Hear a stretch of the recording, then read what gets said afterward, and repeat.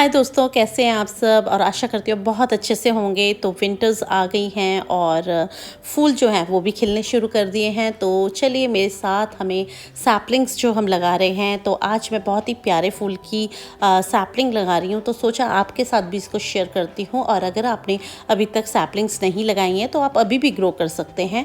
और नवंबर के महीने में आप सैपलिंग्स लगाएंगे तो कम से कम 40 दिन बाद से ग्रोथ शुरू हो जाती है, फ्लावरिंग शुरू हो जाती है और फिर वो हमारे साथ मार्च अप्रैल तक चलती है। तो दोस्तों, हर फूल का एक सीज़न होता है, एक टाइम पीरियड होता है। अगर आप टाइम पीरियड में लगा लेते हैं तो आपको बहुत ही अच्छे रिजल्ट्स मिलते हैं, क्योंकि अब दिन और रात ठंडी हो गई हैं और जो धूप है, पहले बहुत ज़्यादा जो चटक होती थी वो अब थोड़ा स्लो हो रखी है हमारे यहाँ। तो ये जो है आइडियल टाइम है पौध लगाने का। अगर आप चूक गए हैं तो आप अभी लगा लीजिए। सैपलिंग्स जो है नर्सरी वगैरह में आपको मिल जाएगी, जहाँ पर सैपलिंग्स की शॉप है वहाँ पर अब सारी सैपलिंग्स आने लग गई हैं। तो चलिए आज मेरे साथ और शुरुआत करते हैं। तो दोस्तों, मैं भी बहुत सारी सैपलिंग्स लाई हूँ, बहुत सारे फूलों की लाई हूँ। तो धीरे धीरे एक एक फूल पे बात करेंगे, क्योंकि हर फूल को धूप अलग चाहिए होती है, मिट्टी अलग टेक्सचर की चाहिए होती है, पानी अलग अलग चाहिए होता है। तो एक ही वीडियो में सबको कवर करना पॉसिबल नहीं हो पाता है।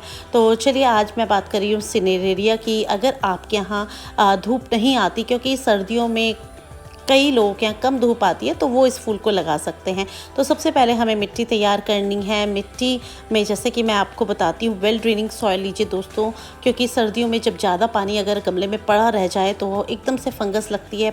देखते ही देखते हमारा पौधा गल जाता है, हमें पता भी नहीं चलता कि क्या हुआ। तो मिट्टी लीजिए। अगर आपके यहाँ की मिट्टी जो है बहुत ज़्यादा चिकनी है तो आप राइस हस्क मिला सकते हैं उसमें। और अगर आपके यहाँ की भुरभुरी मिट्टी है, रेतीली मिट्टी है, तो देखिए इस तरह का टेक्स्चर होता है। मेरे चैनल पर सर्दियों के फूलों की मिट्टी कैसे बनाएं, इस पर एक डिटेल वीडियो है, अगर आप चाहें तो जाकर देख सकते हैं। क्योंकि टाइम वेस्ट हम ज़्यादा नहीं करेंगे, बस मोटी मोटी चीज़ आपको बता देती हूँ कि मैंने एक भाग मिट्टी ली है, वर्मी कंपोस्ट इसमें डाला है, या आप गोबर की सड़ी हुई खाद डाल सकते हैं इन गमलों में।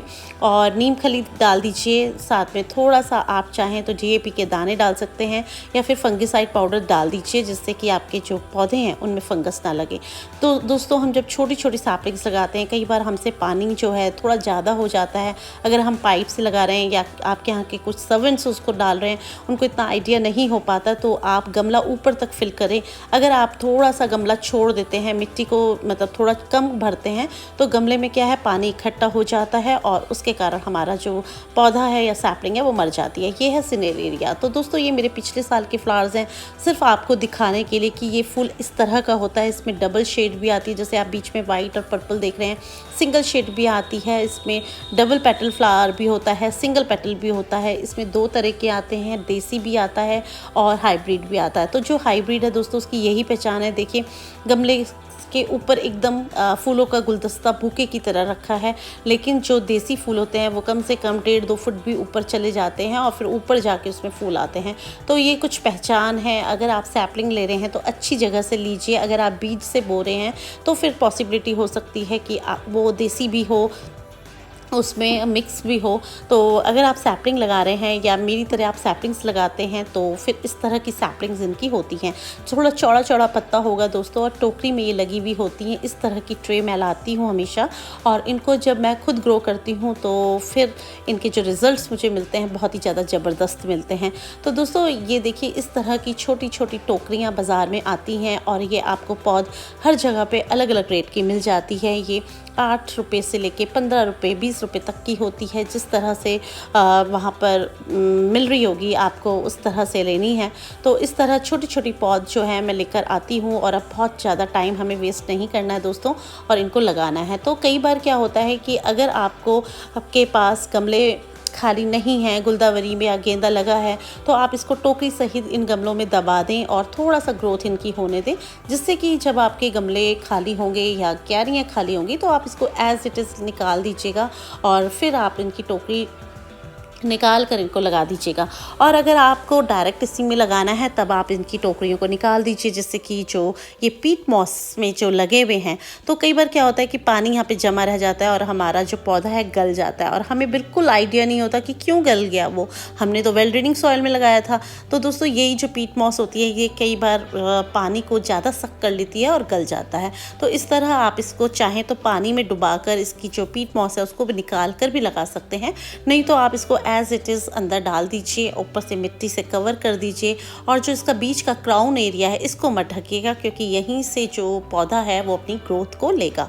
दोस्तों इसमें पिंचिंग हमें नहीं करनी है, जैसे कि मैं आपको डेंथस में, पिटूनिया में बताती हूँ कि पिंचिंग कर देंगे तो थोड़ा सा आपका पौधा जल्दी फ्लावरिंग पे नहीं आएगा और ग्रोथ लेगा पहले और फिर फ्लावरिंग देगा। लेकिन सिनेरेरिया में हमें बिल्कुल पिंचिंग नहीं करनी है, इसको एज इट इज़ बढ़ने देना चाहिए। मिट्टी का टेक्सचर आपको दिखा रही हूँ, देखिए इसमें छोटे छोटे दाने भी आपको डीएपी के दिख रहे होंगे और थोड़ा सा फंगीसाइड पाउडर मैंने डाला था वो भी है। तो बिल्कुल इस तरह से जो बिल्कुल मुलायम मिट्टी बनानी है, जिससे देखिए उंगली से ही छेद अपने आप हो जा रहा है।